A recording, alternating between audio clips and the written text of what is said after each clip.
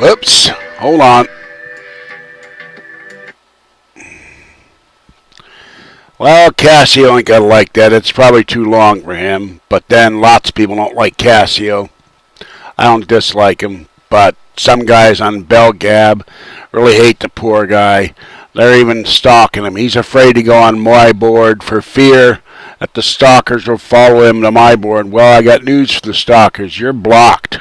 You try to get on my board, the first bad post you put, you're out of there. Just like an umpire. I'm the umpire of the Guy from Pittsburgh Paranormal Discussion Board. And I think that people from the other board whose name will not usually be mentioned are afraid to post on my board for fear that the owner of that board will throw them off for daring to go to my discussion board. I really don't care. I'm going to keep posting on there. I got a few posters. And I figure eventually people will come to the board. And if they don't, I'll still put stuff on there. Casio and anybody is welcome. The Guy from Pittsburgh Paranormal Discussion Board on board host. And I made a slight mistake in my discussion section on my YouTube channel. March 1st, 8 o'clock. The Guy from Pittsburgh's show will be on the air, and I'll put more details on the channel for everybody to see. I got to read how to do this and get Skype going, pay $40 a month to do it. This hobby's going to send me to the poorhouse. And as soon as I figure out how to do a donate button on my channel, I'm going to put a donate button for $1. And if you can't afford $1, well, you're poorer than I am. Excuse me. And I'm waiting for some things to come in the end of the month that I'll be using them on here. And I got to buy a new piece of software, and that's $60. But I may not have to do that with board hosts. I hope so. Anyway, tonight I was watching Ancient Aliens, and to use a quote from The Trouble with Tribbles, I'm going to steal it. Ancient Aliens says the rest of your history is faulty because they said no president had ever reported a UFO but Thomas Jefferson. And I think Bill Burns may have said that as well. Hi, Bill. Hi, Nancy. I don't know what you're doing. Probably snowed in. Maybe Sasquatch came down and abducted the both of you. That's why I haven't heard from you. I know you're busy trying to put out the new magazine. And, Bill, I'm still waiting for my hat. I'm running out of hats. So, anyway, years ago, the old Fate magazine, one of my favorite magazines, $6 now, used to be like 50 cents. Hard to find on the newsstand. Hard to find at Barnes & Noble. Of course, there's UFO Magazine. I got a few of these around. Probably my favorite UFO Magazine. There is another one. And then I'm working on this. I'm about halfway through rereading this. Aliens from Space, Donald Keyhoe. I got Flying Saucers from Outer Space. That's the British edition. Flying Saucers Top Secret. Flying Saucer Conspiracy. And I'm working on get old copies of True Magazine with Keyhoe in it. And I wonder what's going on. Because in 1962, Congressman Overton Brooks, chairman of the House Science Committee, who dealt with NASA and spacecraft, was all ready to put out hearings on UFOs and disclosure. So were other congressmen. And yet, excuse me, I can't do these without drinking something. My voice gets too dry. And yet, he dies, and George P. Miller, not the George P. Miller of George P. Miller III, who is quitting Congress after 26 years. I think he sees the handwriting on the wall. But the George P. Miller that Pete Stark beat in the South Bay, he decided not to have these hearings. And yet he's seen, there's pictures on Wikipedia with him down with Werner von Braun at Cape Canaveral or Cape Kennedy, depending on what you want to call it. And Keyhoe in his book talks about the entire suppression of UFOs, suppression of events, suppression of reports by credible witnesses, pilots, policemen, military personnel, newsmen, police chiefs, fire chiefs, regular citizens, radar operators, FAA employees, airline pilots, private pilots, and he maintains that the entire suppression was being done by the CIA. Now, one thing we haven't found out, the first supposed UFO sighting was in 1942, major UFO sighting over an American city in Los Angeles, where gunners shot thousands of rounds at an object highlighted in the searchlights above the city. Several people were killed by falling ammunition. And yet, in the more than 60 years since, we still have a government that tells us three different stories for Roswell, debunks UFO reports at every turn, comes up with stories. They'll admit to UFOs being over the nation's capital in 1952 with the head of Air Force Intelligence on the one hand, and then a couple years later they'll say it's all bunk and hooey and we've solved all the cases. There's no unsolved cases. The late Jan Allen Hynek blew it out of the water. Well, the question is, 66% of the people now believe we've been visited by extraterrestrials. When Keyhoe wrote that book, it was 52%. The number's going up. And yet our government and certain governments around the world continue to hide things. Why? Why don't we have disclosure? And one other thing.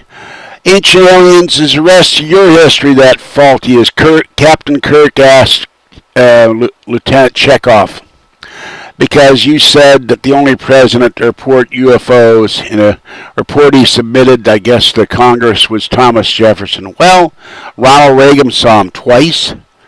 Great president, great leader.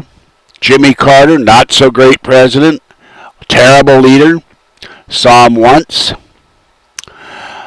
Other high-ranking officials had interest in UFOs and saw them. So, even during Barack Obama's inauguration, a UFO supposedly appeared over the grounds in the nation's capital for about 10 seconds on a video on CNN. Harry Truman is supposed to have admitted there were flying saucers in an audio. You can see it on the internet. You can see it on YouTube. The presidents know it's there. Bill Clinton says he was never told and he tried to find out. That I believe, because I think the CIA, Majestic 12 or whatever they call it, they didn't want Clinton to know. Hold on, that's driving me nuts. Let me move this out of the way. And so they knew Clinton was anti. What is going on? Oh, it's the fan. Just a minute. It's muggy in here. Sorry about that.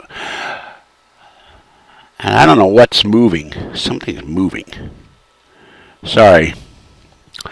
They knew he was anti-cover-up friendly, that he would disclose anything he found. And there were other mysteries associated with Bill Clinton, his amorous adventures, his aide being found dead in a Washington Park. But that's another story. So I'd like to know why our congressmen, the congressmen in this book, about 10 of them, and U.S. senators, were willing to have hearings, willing to come out in the open. The late, great Barry Goldwater, great patriot, no matter what you think of his politics, went to Curtis LeMay and said, "What do you got in those hangars?" in Wright-Patterson. LeMay told him, "Shut up. Don't ever ask me that question again." LeMahieu was in there. And Goldwater could only get so far. And other congressmen with high security clearances couldn't get told stuff either. Why haven't we demanded disclosure? It's so low on the radar screen that the American people burdened with no jobs, bad economy, not being able to shop, not having any money to shop, retail sales are down, housing purchases are down. It's way below their personal thing of interest. And yet interest in the paranormal and occult and alternative explanations for what's in the universe seems to be at an all-time high.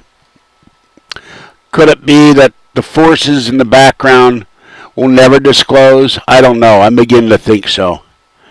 But I also think that eventually the American people and the people of the world will demand disclosure of the secrets, not only for this, the NASA files, the Kennedy letter, where he sent a letter to NASA saying, I want all your files, and a few days later, within 2 weeks anyway, he was killed.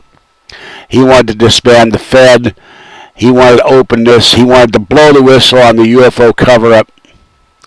And there were multiple reasons why Kennedy was killed. And so many of those same actors involved in that were CIA or ex-CIA. So I think that's all I'm going to say about that. I'm going to do some more research on this and actually type out some text I can read from the screen. And I first radio program on March 1st. I had those March 2nd on Blogtalk Radio. Will be on Disclosure and Bigfoot. And apparently I'll be able to take Skype calls. I'll be able to have a live video. You can see me. I could probably scare the world instead of just a few guys on YouTube. God help them. And you'll be able to interact with me. And if there's any of the people from that other board that I won't mention, they decide to call me, well, apparently I can edit those out. So they aren't going to succeed. Just like Noory, he isn't going to succeed either in the long run because Art Bell is going to crush him in his fist when he comes back in the air. And free Art Bell. And hello, my friends. And another thing, Noory said that things are being created in labs like the island of Dr. Moreau. And I can't remember the exact quote, but he said something. And I wish I could remember that, but it was something that made me laugh because I said the only thing you've created in 10 years is lots of bad radio. And I still haven't gotten a reply from Noory. I wrote him a long email about my not being able to go on the air last week. Dead silence. And since it's now Monday, 9:05 p.m. on the West Coast, and I'm also near the Pacific Ocean, but I'm more near the San Francisco Bay. The Pacific Ocean is that way, about 37 miles. Depending on which way you go, of course, you could drive across the bridge from here into Marin, and you'd be probably close to the ocean if you go over to the Marin Highlands. But Noory should be either in California or St. Louis by now in his cave, and getting ready for tonight's radio show. I got to listen to last week's shows, and one of the burdens I've got is listening to every Noory show all the way through so I can comment on them. I'm not going to try to fixate on Noory, but it's something to do and something to talk about. Anyway, let's see if... oh yeah, there's one other thing that really bugs me.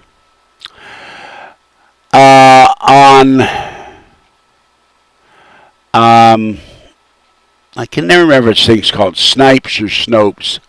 But on July 4th, 2013, they had an article about the famous claim that George Washington saw an angel at Valley Forge and he had a prophetic vision of the future. Bill Burns talked about it with ancient aliens. Other people talked about it. And yet nobody does any fact-checking. There was no Anthony Sherman with George Washington at Valley Forge. The story was created by a newsman. And while it's a great story, it sounds really great, and it sounds like something Nostradamus himself would come up with, and you can just imagine Orson Welles doing the narration of this story. Washington's vision is a narrative presented as the 1859 reminiscences of 99-year-old Anthony Sherman, who was supposed to be president with George Washington at Valley Forge in 1777. An overheard Washington tell an officer an angel revealed a prophetic vision of America to him.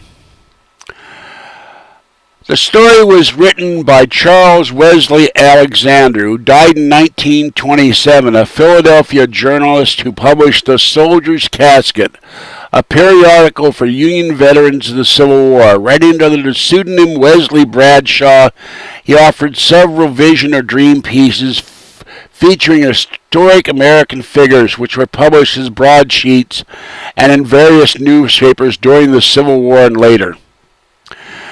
And there was a separation between the real Charles Alexander and the pseudonymous, can't say that word, pseudonymous Wesley Bradshaw, allowing the former to laud the latter's works.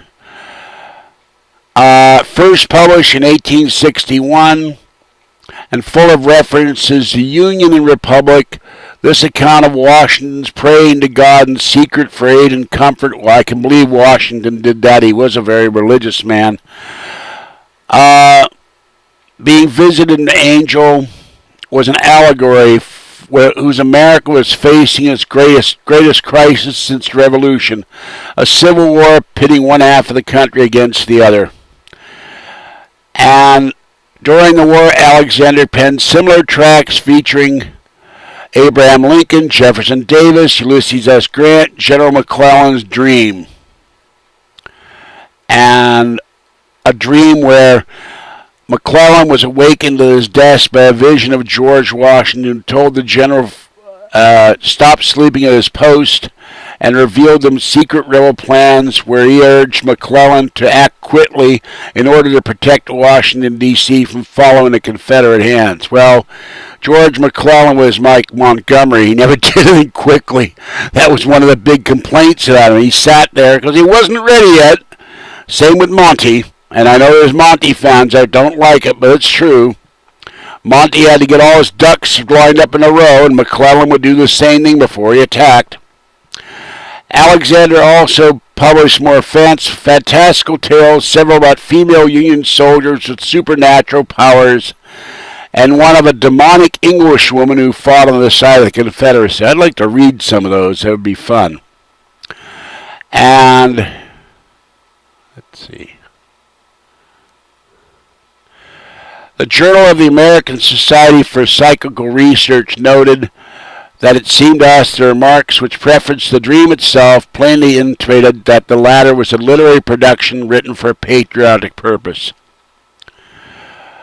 An officer named Anthony Sherman did serve in the Continental Army, but he wasn't in Washington at Valley Forge, and it's merely coincidence that Alexander chose him for the name of the guy who was supposedly with Washington. So that story is blown out of the water from everything I've been able to determine. I wish they'd stop publishing it. Okay, here's a follow-up to the Russians killing poor stray dogs for the Olympics.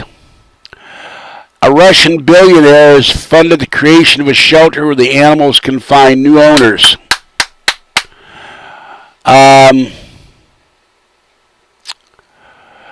Oleg Deripaska's shelter in Baranovka, a village near Sochi, houses 40 dogs in pens. Officials say protection gives the dogs a chance of finding a new home. A veterinarian who works at the shelter, Sonia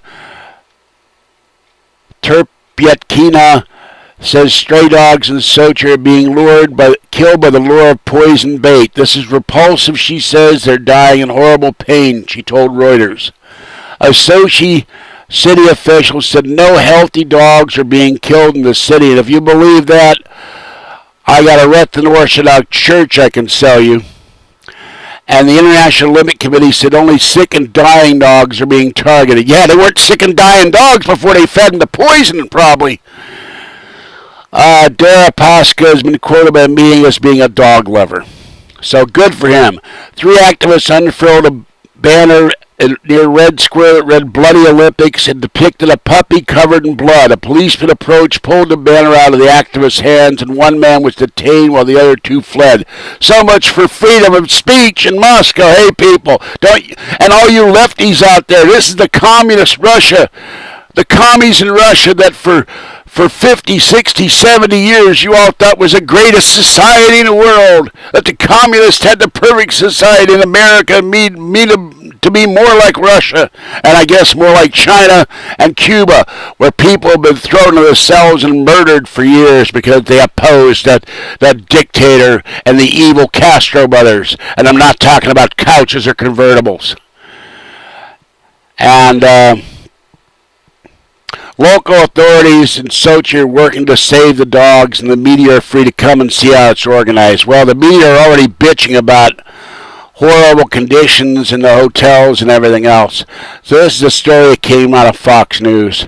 I'm glad that at least one guy is spending his money and taking care of the dogs. Now here's a story. Dumb Starbucks draws the attention of the real Starbucks. Now, I would have named this thing Dumb Buckstar so that Starbucks couldn't sue them. Then it would have been a clear parody. And this is a new Los Angeles coffee shop. They have everything on the menu from Dumb Frappuccino, Dumb Blonde Roast. That's going to make the blondes unhappy.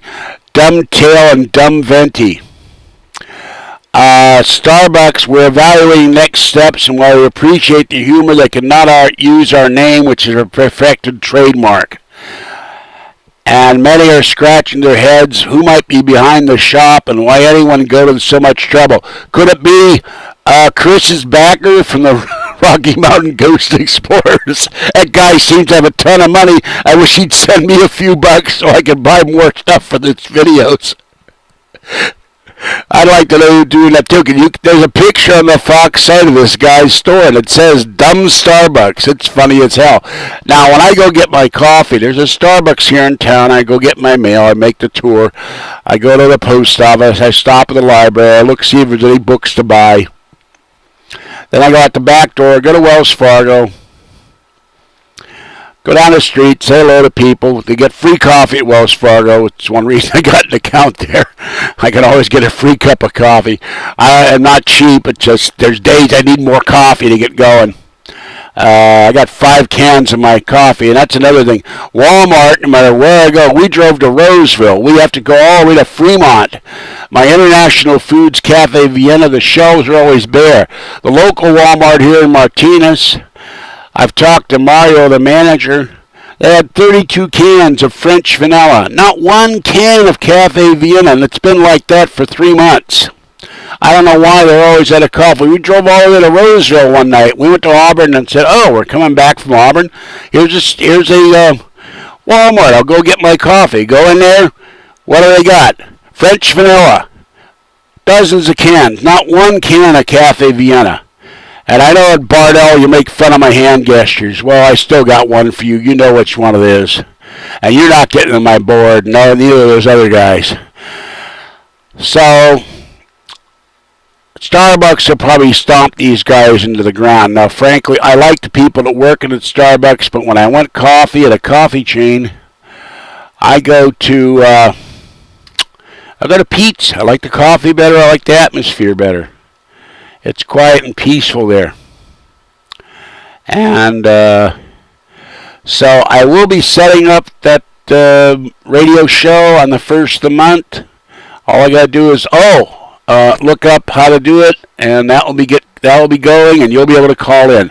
Here's one more story. Horrible, horrible story. They're getting all kinds of grief from people. I'd like to take whoever runs this zoo and skin them alive and feed them to lions. The Copenhagen Zoo killed a healthy 2-year-old giraffe and fed its remains to lions, said that it needed to prevent inbreeding. Hello? A giraffe has has relations with another giraffe, they make a baby. There's inbreeding all the time. I got 7 raccoons outside at one time. One of them is an albino, which I would like to capture and take to the Junior Museum, except it wouldn't be nice to capture the poor thing living in the wild. They eat my cat food. Went down to feed the cats earlier. Raccoons sitting there by the fence like this, just waiting for the cat food. They're addicted to the cat food. Oh, they will eat apples. I've given them apples and cut them up and thrown them over the fence, and they scarf those apples. They like apples, so I don't have enough apples, though. I eat them myself. And zoo officials ignored a petition signed by thousands and others from other zoos to save the animal. Visitors, including children, were invited to watch while the giraffe was skinned and fed to the lions. That's from ABC News. That's a horrible story. They should skin these guys and feed them to the lions. And so anyway,